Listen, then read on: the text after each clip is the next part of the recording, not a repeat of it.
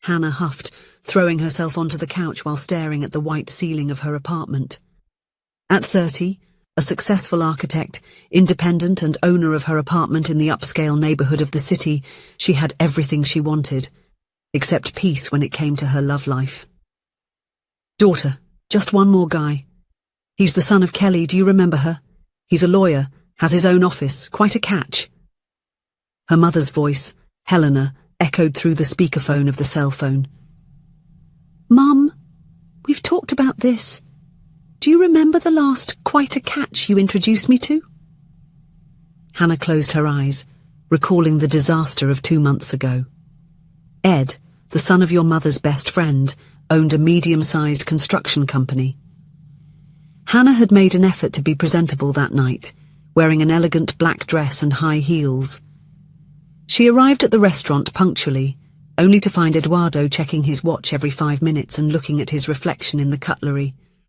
Sorry for asking, he said after the first course, but aren't you afraid that architecture might be replaced by artificial intelligence?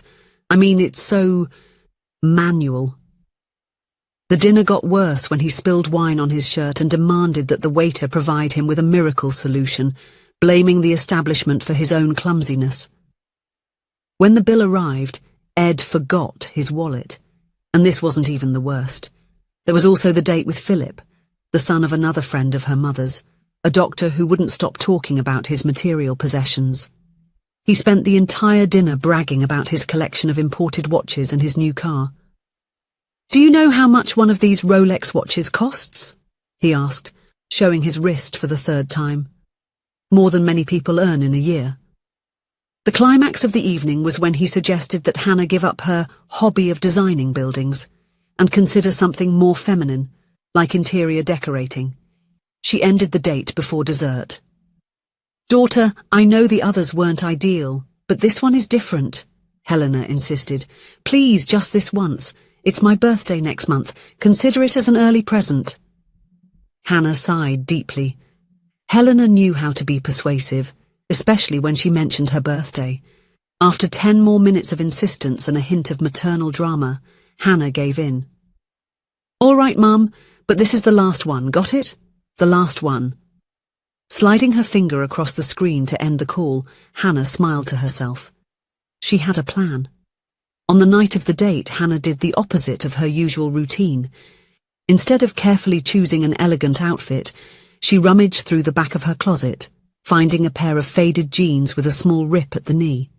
She paired it with a loose t-shirt emblazoned with a ridiculous slogan and completed the look with worn-out sneakers. Her hair, usually neatly combed, was tied up in a messy ponytail. The makeup was almost non-existent, except for a poorly applied red lipstick on purpose. Looking at herself in the mirror, Hannah laughed. Perfect. Let's see how long this Josh guy can last. She arrived at the restaurant a few minutes before the scheduled time. The place was sophisticated, with soft lighting and minimalist decor, typical for a date arranged by the upper class. While waiting, she mentally rehearsed the stories she would tell. One about her supposed collection of stuffed insects, another about her hobby of collecting aluminum cans on the streets. Good evening. You must be Hannah. She looked up, prepared to see a man buttoned up in a perfect suit. Instead, she found someone almost as sloppy as she was. Josh was wearing a wrinkled t-shirt under an old denim jacket, pants that seemed not to have seen an iron in weeks, and dirty sneakers. His brown hair was completely messy, as if he had just gotten out of bed. Josh, she asked, genuinely surprised. The one and only, he replied with a half smile, sitting down. So, you're the famous daughter of my mum's friend. During the first course, Hannah followed her plan. She spoke too loudly, gestured exaggeratedly, and mentioned her non-existent insect collection. You need to see my beetles, she said between exaggerated bites. I have more than 200 specimens preserved in small boxes around my bed. Josh didn't seem bothered. In fact, he also had peculiar stories to share. Fascinating, he replied. I myself have an interesting hobby. I collect empty fast food boxes. I have an entire wall of my room dedicated to it. The smell doesn't even bother me after a while. Throughout dinner, a strange competition arose between them. Each absurd story was met with an even more bizarre one. Josh told about his supposed job as a skunk hunter, and Hannah retorted by describing a yoga ritual she practiced, involving staying upside down for hours. As she unraveled yet another story about how she meditated in the bathroom to connect with her inner energy, Hannah noticed something strange. Despite both their eccentric behaviors, she was having fun. There was something about the way Josh smiled, a spark of intelligence in his brown eyes that intrigued her. When the waiter brought the dessert, Hannah reached her limit. She looked at Josh, who was using a napkin on his hair as if he were cleaning his ears, and couldn't take it anymore. "Josh, let's be honest," she said, putting down the fork. "Neither of us wants to be on this date, and certainly we're not as weird as we're trying to appear. I think we can stop pretending, shake hands, and tell our mothers that we just don't match." There was a moment of tense silence between them. Josh stared at her, his expression unreadable. Then, a genuine smile spread across his face, followed by a laugh that started low and turned into a contagious guffaw. Soon they were both laughing so hard that the other restaurant patrons turned to look. "How did you guess?" he asked, wiping away a tear of laughter. "No one collects fast food boxes," she replied.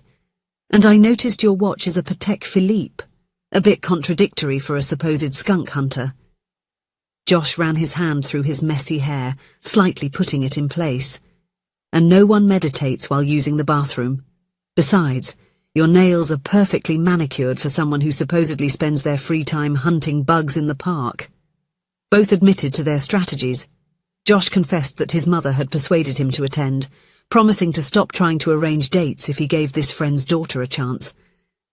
"I thought the best way to ensure there wouldn't be a second date was to seem completely crazy," he explained. "Exactly what I thought," agreed Hannah. The rest of the dinner proceeded in a surprisingly pleasant manner. Without characters to play, they discovered that they had several things in common. Josh was not a lawyer, as his mother had said, but a civil engineer specializing in structures. His work perfectly complemented Hannah's background in architecture. When they finished the meal, Josh insisted on paying the bill, a gesture she accepted without the usual discomfort she felt in similar situations. "Well, at least let me walk you home," he offered as they left the restaurant. The night was pleasant, with a gentle breeze and a starry sky. They decided to walk, as Hannah's apartment wasn't far away. During the walk, they talked about their jobs, favorite movies, and travel experiences. Josh talked about a project he was working on to revitalize a historical area of the city, and Hannah shared her dream of one day designing more inclusive public spaces. "Do you know what's the funniest thing?" Josh commented as they approached Hannah's building. "If we had been ourselves from the beginning, maybe this date would have been really good." "Maybe," Hannah agreed, feeling a pang of regret. They stopped in front of the building, a moment of hesitation hanging between them. Finally, they extended their hands at the same time, laughing at the synchronization. "It was a pleasure to meet the real Hannah," Josh said, holding her hand a little longer than necessary. "Likewise, the real Josh." They said goodbye, and Hannah entered the building with an unexpected feeling of lightness. Upon arriving at her apartment, she realized she had completely forgotten to check the messages on her cell phone, something she would usually do compulsively during bad dates to create excuses to leave early. In the days that followed, Hannah found herself thinking about the date more often than she cared to admit. Small details returned to her mind. The way Josh threw his head back when he genuinely laughed, how he listened attentively when she spoke, without interrupting. She almost called him a few times. After all, they had exchanged numbers out of politeness. But she always backed out at the last moment. What would she say? "Hey, remember that horrible date they set up for us? How about we try again, this time without the crazy characters?" Before she could make a decision, the weekend of her mother's birthday arrived. Helena had organized a grand celebration in an elegant banquet hall. The creme de la creme of the local society would be present, and Hannah knew she needed to look impeccable, not due to social pressure, but because she genuinely wanted her mother to have a special day. She chose a navy blue dress that accentuated her eyes, styled her hair in soft waves, and applied discreet yet elegant makeup. When she arrived at the party, she was immediately engulfed in greetings and conversations with the guests, many of whom she had known since childhood. She was helping herself to a glass of champagne when she heard a familiar voice behind her. "There's the girl who collects stuffed insects." Hannah turned around, nearly spilling her drink. Josh was there, visibly different from the untidy man from the restaurant. He was wearing a well-tailored suit that accentuated his broad shoulders, and his hair was styled, revealing facial features she hadn't properly noticed before. Expressive eyes, a defined jawline, and a smile that created small dimples. "What do we have here?" "The famous and talented skunk hunter," she replied playfully, feeling warmth rising up her neck. The two burst into laughter, attracting curious glances. The orchestra began to play, and Josh extended his hand. "Would you like to dance? I promise not to step on your feet." Hannah accepted, laughing. On the dance floor, she discovered that Josh moved with surprising grace for someone who had portrayed such an awkward character. "You know," he said as they twirled, "I've been thinking about you this week." "Really? I hope it wasn't about my fake insect collection." "In fact, I was thinking about how funny fate is. We make elaborate plans to avoid something, only to discover it was exactly what we needed." The music changed to a slow ballad, and Josh gently placed his hand on Hannah's waist, pulling her closer. She felt an electric current run down her spine. "So what would you say," he continued, "if I invited you to a second date? This time without characters, without insistent mothers, just the two of us being who we really are?" Hannah felt her heart race. For a brief moment, all her defenses, built after years of disastrous dates, seemed to crumble. "I would say," she paused, smiling, "that you just found the only way to make me say yes to a blind date." The party continued around them, but for Hannah and Josh, the world seemed to have shrunk to that shared moment. Between dances and conversations, they discovered more coincidences in their lives. They had attended the same university with only 2 years of difference, and they had mutual friends who never thought of introducing them. At the end of the night, as the guests began to say their goodbyes, Helena approached them, her face lit up with a satisfied smile. "I see that you got along well," she commented, exchanging a knowing glance with Kelly, who joined them. "Mom," Hannah began reproachfully, "you and Kelly planned this, didn't you?" "Planned what, dear?" Helena replied with feigned innocence. "We just suggested a dinner between 2 young, single and successful people. The rest was up to you." Josh and Hannah exchanged glances, a silent communication passing between them. Perhaps their mothers were right after all. Weeks later, when Josh took her for a picnic by the lakeside, Hannah couldn't help but think about how an attempt to sabotage a meeting had turned into the beginning of something unexpectedly wonderful. And when he kissed her for the first time at sunset, she knew that some stories begin exactly where we least expect them. Sometimes, you need to be willing to appear a bit crazy to find someone who accepts us exactly as we are. If you enjoyed the story, please leave a comment with a rating from 1 to 5 to show how much you liked it.